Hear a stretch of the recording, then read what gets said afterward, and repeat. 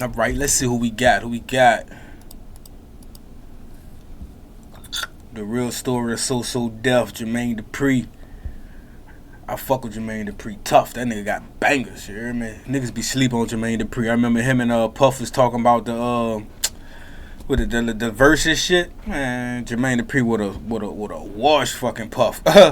Puff got like them old school Harlem Shake joints. Motherfucking Jermaine Dupri got them bangers with everybody, from Mariah to Bow Wow to Usher to fucking everybody, man. With a swipe fucking P Diddy. Let's see what they talking about, man. And the winner is my man James Dupree's artist, So Def recording artist. He said his name like that. You want another one? I want to thank God. And TLC. Nigga had TLC. What? While New York had Bad Boy and the West Coast had Death Row. In the early 90s, the South had something to say too, with artists ranging from Criss Cross to Anthony Hamilton. So Def was a cornerstone of the Atlanta music scene headed by its founder Jermaine Dupri. Definitely. They were winning awards, topping the charts and setting trends, but what happened? In this video, we'll be looking into So Def. Name somebody bigger in motherfucking Atlanta, nigga, than JD. Nobody. And if they was under him or with him. Their rise and what happened to the label that once dominated the South. Born in Asheville, North Carolina in 1972 and raised in Atlanta, Jermaine Dupri Molden was the son of Tina Mosley and Michael Molden, a music executive. JD got his start as a dancer for the hip-hop group Houdini when he was 12. He made an appearance in their music video for the song Freaks Come Out at Night and went on tour with the crew. Jermaine was known for his musical prowess, and the people in Atlanta took and went on tour with the crew. Jermaine was known for his musical prowess. It always be the people like us who had jerry curls, dreads, and all that shit when you're young. You get older, and the people in Atlanta took notice. After touring with Houdini, he started to venture into DJing and production. What does the future hold like for your Jazzy career? Jeff in that bit. How far do you expect to go? Them niggas used to take that shit serious. That DJing, boy, go watch Juice. Nigga all in his basement at home fucking cooking up. But fuck, we all take that shit serious. I know I had a studio with the headphone tied to a speaker wrapped around an empty thing in that, boy. You do whatever when you chasing a dream. Grammys, I just want to keep creating, be like the biggest producer ever or the biggest star ever, whatever. I don't want to look back and I don't want to fall, even though I'm not, I haven't really climbed. That boy looks so funny. I'm getting there. In 1990, he produced his first act, the female hip-hop trio Silk Times Leather. It consisted of 3 female rappers, Leather, Silk, and Diamond X. See, I ain't never heard of them. Released one album, I thought that was about to be Escape. It's Where You At in 1990 that was produced by Dupri while his father managed the trio. They were the first ever rap act from Atlanta to land a record deal, but their album had moderate success and the group eventually disbanded. One day, JD is hanging out with one of the girls from Silk Times Leather at the Greenbrier Mall, and he notices crowds gravitating towards 2 kids. Criss Cross, forgot about Criss Cross. JD said, "I see these 2 little kids and I see people paying attention to these kids like I've never seen anybody do ever.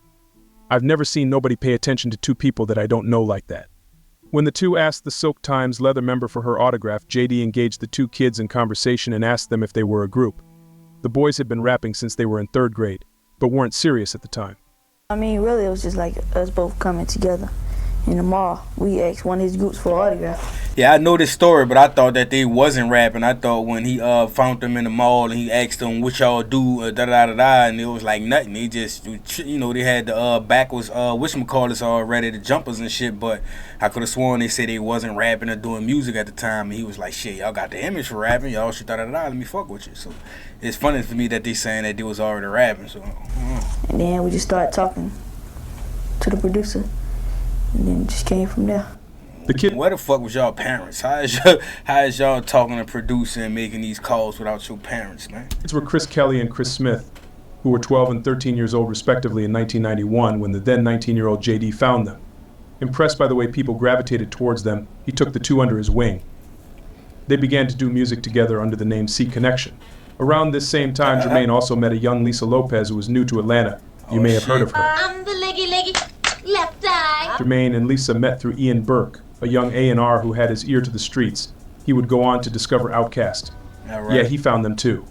But it's like this, the South got something to say, that's all I got to say. Anyways, Ian told Now, who did that? Well, if I was about to say who did that first out of him and Snoop Dogg, but I forgot Snoop was like, y'all don't fuck with the South? Y'all don't fuck with the West Coast? JD about Lisa during a photo shoot with C Connection. Lisa was homeless at the time, peddling for money by asking for spare change from visitors. That usually be everybody's story too, nigga. Be start off homeless, or you had to quit your job to chase your dream, and you was sleeping on couch to couch, staying at people's houses and all that. And that's everybody's story who really made it. Like, if you ain't willing to sacrifice it all and quit your job and go full force for this shit, it probably ain't gonna work. The ones who, like us, who be fucking happy, like, well, I'm gonna try to do both. The ones who got a plan B, that shit don't never work. And when you got a plan A and no plan B, that'd be the ones who it work for. It's crazy how shit work, ain't it? Visitors at the Atlanta airport, but Ian vouched that she had real talent. Seeing her potential, visitors at the Atlanta Ian airport, look like but Ian vouched Big that E from WWE. she had real talent. Seeing her potential, JD invited Lisa to stay with him at his mother's house. So there was no TLC yet, huh? Y'all let me know in the comments. I ain't know she started off first. I thought, I don't know. But nah, so she was doing this, but she didn't really have no place to stay. Look like right? a real She was just baby. moving around, just and the third. And I'm like, for some reason, I'm like, you could just stay at my house. Now I don't know why I said this, because I was staying with my. Hey, I was about to say, how did that even work? She was a child herself. How she gonna stay at your house unless y'all was, around the same age and y'all was going together or something? Mom. Stay at my house. Now I don't know why I said this, because I was staying with my mom. I don't know why I said it, but some kind of way I figured that I could sneak her in my house and she could live there, and she did. JD snuck Lisa in his house and she slept in his closet while working on her music. Then Ian met T on Watkins and impressed by her cool tomboy swag. It was Ian's idea for the girls to form a group with another local singer named Crystal. Okay. They made their first demo together under the name. Yeah, I did know they had a different chick in the group before Chili. Second Nature, produced by JD. Same old phone? I knew that. Upgrade to the new Galaxy Z Fold 7. But I did thought LaFace Records had signed TLC first. Who I didn't know from day one as Jermaine Dupri. Because when me and Left Eye met, before we met Chili, he was the only person that was working with us. And we sung on our first demo with Jermaine. Yep, and see, the demo didn't even have words to it because we never got a chance to lay the words down because he was working with Chris Cross. So all we had was his song and these jacked up pictures. Look so innocent. And I hope nobody ever finds those pictures. I'll mail them called to you. Second Nature. Shut up. I went in the group at the time, so I can get a hold to those pictures. They were looking real I'm crazy. not ashamed because we all got to start from somewhere. The song was dope that Jermaine wrote. It's called I Got It Going On. It'd be funny to see people when they was young. All my life I had someone try to sweat me. That was my part, man. We gotta do it like I that. had someone try to sex me. I can't sing the rest, but that's how it went, okay? Jermaine is responsible for more than people think because Tion sang low and Tion sang high. But when Tion sang low, he used to call me Scruffy. Jermaine, he called her Scruffy, and he told her that was so dope. He said it was dope. He said, sing low, let that be you, your voice. JD would say the way I sing my songs is the reason why T-Boz sounds the way she sounds today. She was trying to mimic me. That's why her voice is so low. Jermaine eventually paused working with the girls to solely focus on working with the two Chris's who had renamed themselves to Criss Cross. Tion and Lisa ended up meeting Rosanda Thomas and went on to form the group TLC, and well, TLC, the best-selling female R&B group. They were pretty successful, to say the least. JD would say in a 2020 interview, in the end, that was the crew, Ian, Left Eye, Chris, and Jermaine. We were the unstoppable team that didn't have nothing. That was the first So-So Def. In the spring of 1991, Jermaine had landed Criss Cross a deal with Rough House Records, a label distributed by Columbia. This was done through the help of his father, who by that time had formed his own artist management business and was working with the hip-hop group Arrested Development. Jermaine had spent the past year molding the two Chris's into artists, perfecting their look and the way they performed. Yeah. You gotta understand, people out there, Criss Cross weren't rappers. They weren't kids walking around with demos. They weren't trying to be rappers. They weren't trying to be singers. When I met them, I said, what do y'all do? See, that's Light-skinned Chris said, we just cool. We just cool. See, I knew I wasn't tripping. I heard Jermaine that shit built before. upon the kids' already authentic swag and made them into a bona fide hip-hop group with a demo tape that was convincing enough to get them signed. The two Chris's said they already had the backers clothes and shit on already. You hear me? People coming to them at the mall like they were superstars, and it was nobody. They were just chilling. New names. Chris Kelly inheriting a new name of Mac Daddy, and Chris Smith now going by Daddy Mac. And within less than 2 years of meeting that was something they was saying on the song, Mac Daddy make your JD at the mall, the guys had a hit on their hands. I don't think their that first single was a high-energy radio-friendly tune called Jump. You might have heard of it. Jump was the first single from their debut studio album, Totally Crossed Out. It was the third best-selling song of 1992 and sold over 2 million copies. Boy, my mama had this bitch on a record. You hear me? On the big circle black joint that you gotta put on the butt. Yeah, she had that bitch on the record. That's how throwback this is, and that's how much I still remember it though. Cause we used to play that bitch all the time. I used to like to scratch the records and scratch that bitch all the way up like it was a turntable. That year, Jump was a smash hit, and Criss Cross was a breath of fresh air to the rap scene, a genre often marred by explicit lyrics and violent themes. Their unique style and youthful energy brought a new, more playful vibe to hip-hop, making them stand out in the early 90s. I mean, it was kids. Plus, who can forget this line? And everything is to the back with a little slack, cause inside out is wicked and whack. Chris and Chris started a... But at least they was like really rapping. They wasn't on the little kid shit like they was movement rapping. Of kids and young adults alike wearing their clothes backward. This trend, initially a shot at the other kiddie rap group, Another Bad Creation, who were known for wearing their clothes inside out, became a defining aspect of their identity and influence.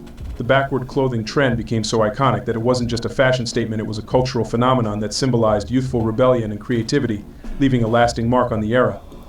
Criss Cross had arrived. They had a #1 hit, advertisement deals, and in 1992, the duo landed a tour gig on Michael Jackson's Dangerous Tour. They were a huge deal at the time, solidifying their place in music history.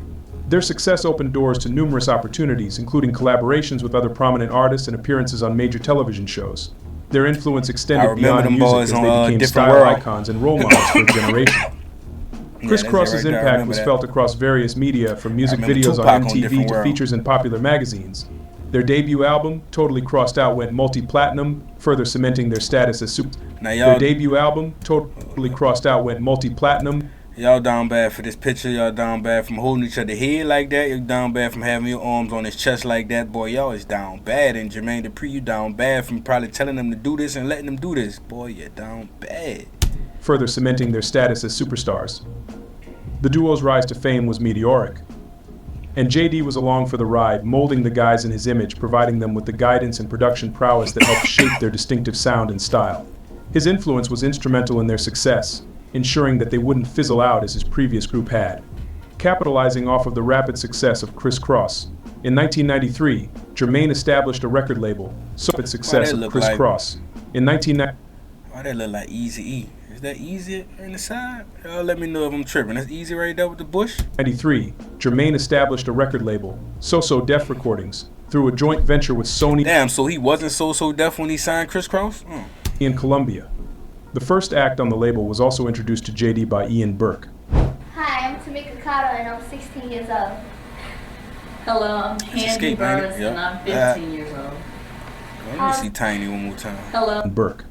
Hi, I'm Tamika Cotto and I'm 16 Man, Tiny looked so much better before she did all that plastic surgery shit, and they be doing that shit to their lips and lip fillers and their nose and your cheek, man.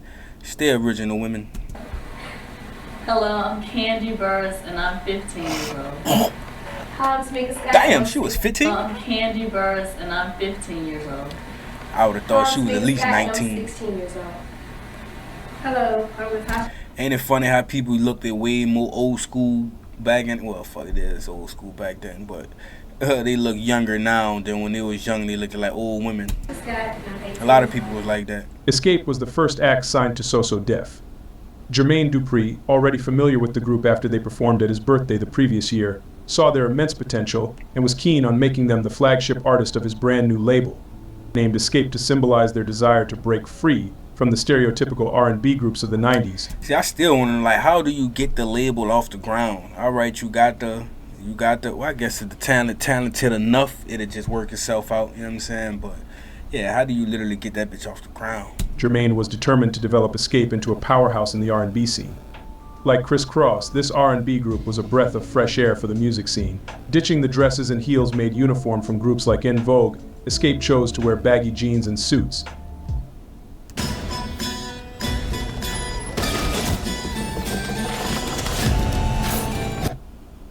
Their first single, Just Kicking It, lit up the chart. So all the females used to dress like this. Aaliyah used to dress like that. Mary J. Blige used to dress like that. Everybody, all the females used to want to be tomboys. TLC used to dress like that. Like, it was no feminine. I guess they thought they couldn't be feminine rappers at that time. And maybe Nicki was the first. I gotta do some research. Maybe Nicki was the first, like, feminine. Nah, you got Lil' Kim, but she still had the edge. Foxy had the gangster edge. You know what I'm saying? Mr.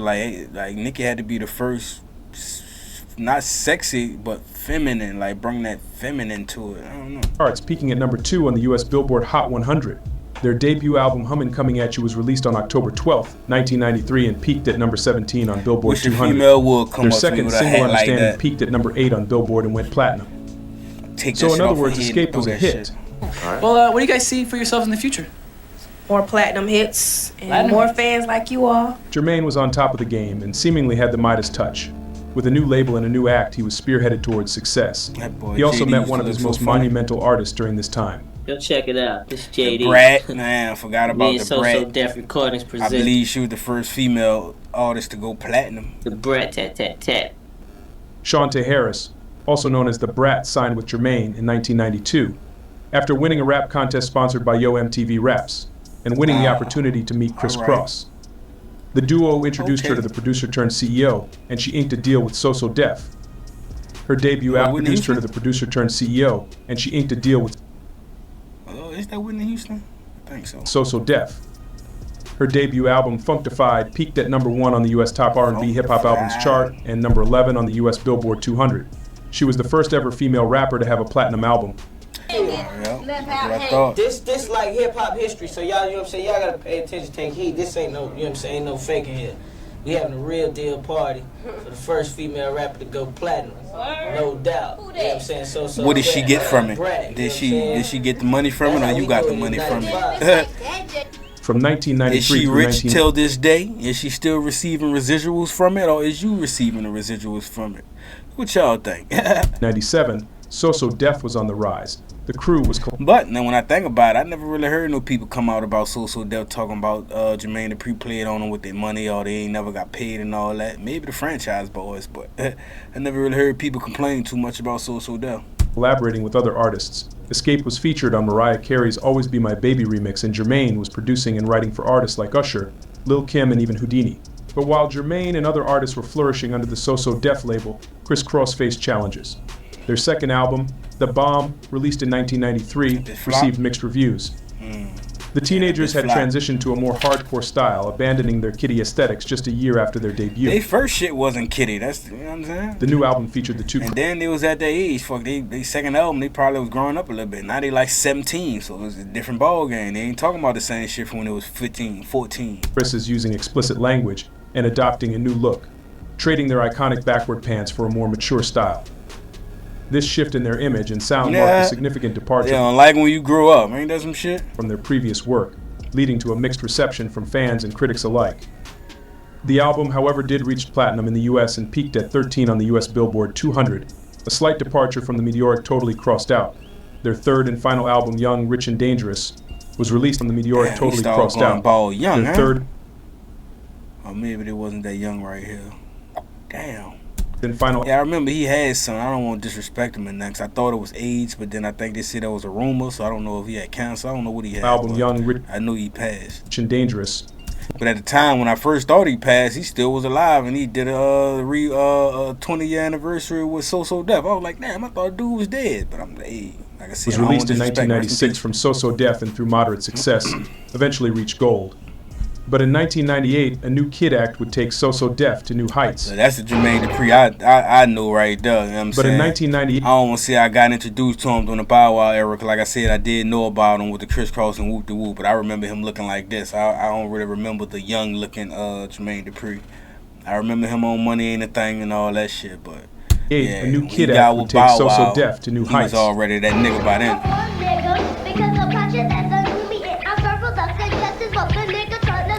You better put some respect on Bow Wow name too. That nigga been doing that shit since this age, and his stage presence is crazy. That nigga he could rip the stage for sure. And he got hits, he got bangers. The only disrespectful thing was he wasn't writing it at the time until he started writing it, and then when he started writing it, that's when he started falling off. You gotta let Jermaine Dupri finish writing them bitches, man.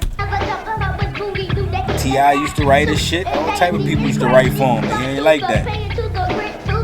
As soon as he started writing, that nigga started falling off like a motherfucker.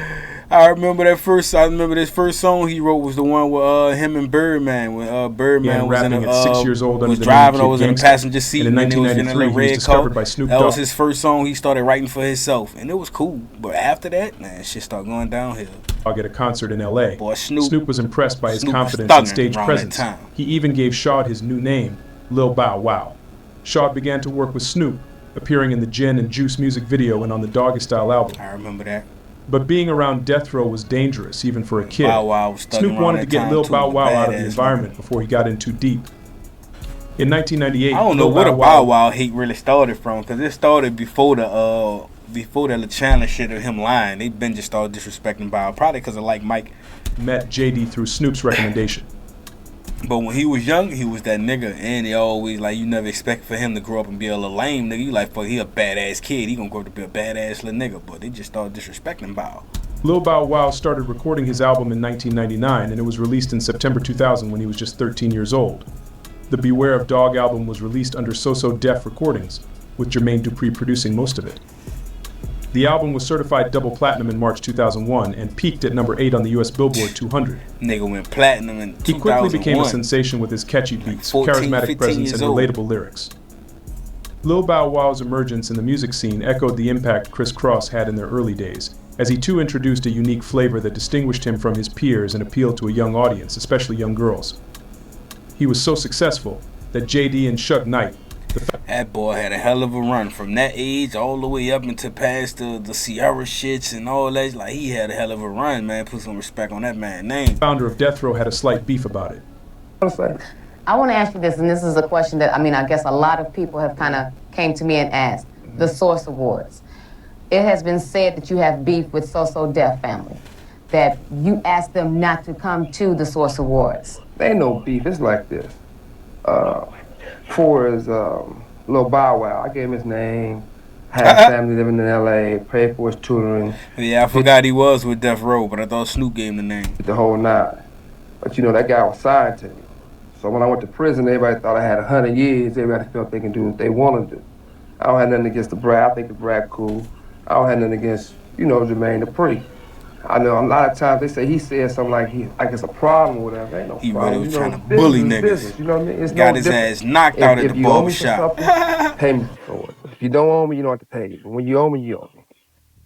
But while Lil Bow Wow was blowing up, there was trouble in paradise for when you owe me. But while was that a fake Richie Mille at that time? Let me know. Bow Wow was blowing up, there was trouble in paradise for some of Soso Def's other artists and the label as a whole. By 1999, Escape experienced some significant changes. During their tour for the Traces of My Lipstick album, Latasha Scott left the group despite their continued musical success. Reportedly, Latasha wanted to explore a solo career, leading to the group going on a semi-permanent hiatus. They always want to go solo, and that shit goes so low nobody hear it. On his hands. After being introduced to the quartet, Jagged Edge, around 1995 through Candy Buress from Escape, Jermaine signed them to the label. Forgot about Jagged Edge. They released their Damn, he had some people on this shit, boy. In 1997, and their follow-up J.E. Heartbreak in 1999, both who had gleaming commercial success. By 2002, Soso Def's distribution deal with Columbia had ended. The following year, Jermaine Dupri moved Soso Def to Arista. While many of Soso Def's acts transitioned to Arista, Lil Bow Wow and Jagged Edge were forced to remain at Columbia due to their contract. Yeah, see, that's how the fallout happened. Bow was like, he didn't even know nothing about it, and niggas he was like, Jermaine Dupri just up and left him to go start his shit, and niggas didn't take him with him. Nigga couldn't take you with him. You in a contract with Columbia. Being primarily with that company. With two of them were forced to remain at Columbia due to their contracts being primarily with that company. Right. With two of their most active artists unable to follow the label, Soso Def was in trouble. Plus, fuck, JD got him the deal, so he knew what the deal was and how long he was in it for. Their one-time flagship artist, the Brat, had been facing some troubles of her own. Although she was still seeing relative musical success, having been featured in several collaborations with artists like Drew Hill, Missy Elliott, and Mariah Carey. But legal troubles plagued. And was Drew Hill signed to Soso Def? I don't remember. Her for most of the 2000s. I'm Barbara Drummond. Mobile is moving in the right direction, but there's more to do. As mayor, I'll grow. In 2001. Damn, was that Tita? Because our mayor just got indicted, so I hope that wasn't her in that commercial. I clicked off it too soon. I wanted to see. Brat pleaded guilty to misdemeanor reckless conduct after she had battered a woman in an Atlanta nightclub in 2000. She ended up serving a year's probation. And on Halloween 2007, Brat was involved in an altercation that ended in assault at a party. She was sentenced in August 2008 to 3 years in prison, 7 years of probation, and 200 hours of community service. I remember that. She also, I think she still ain't paid back this money that she owed that lady from hitting her with the bottle. Was sentenced to pay the victim $6.4 million for their injuries. All of this obviously slowed down her musical output.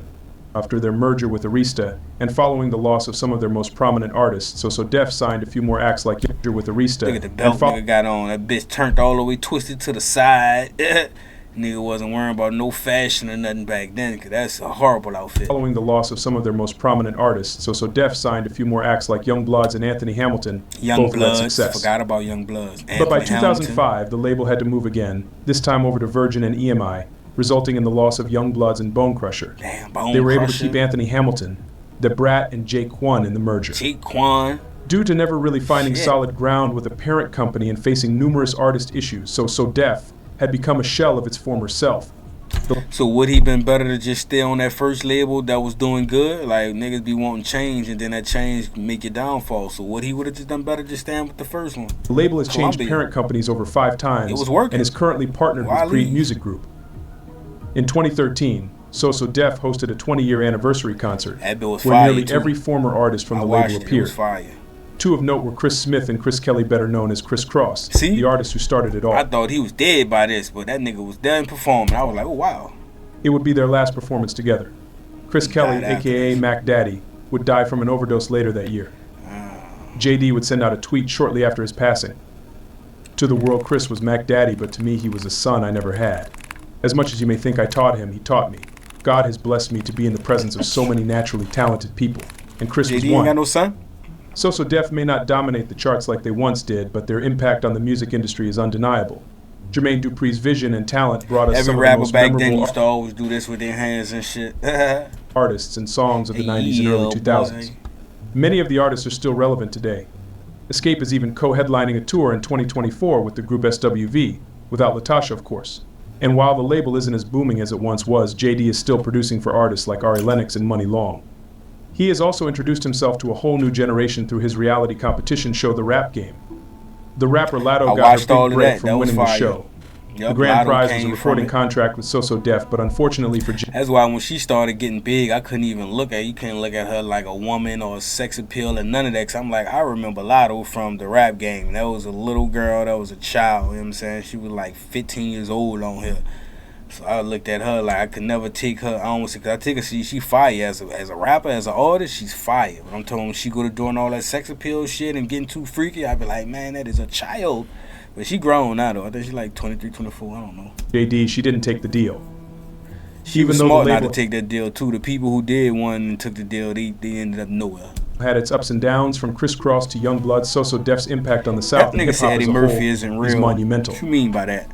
So Def will never be forgotten, as its legacy continues to influence the music industry and inspire new artists. Thanks for watching. It maybe could be forgotten, but not from my era. Like, people my age and my era, we gonna forever remember So Def. Like I said, he got too many niggas who bangers on that bitch. I'm talking about bangers. But yeah, if y'all was rocking with that, man, hit the like button, comment, and subscribe. I fucks with that one. You know?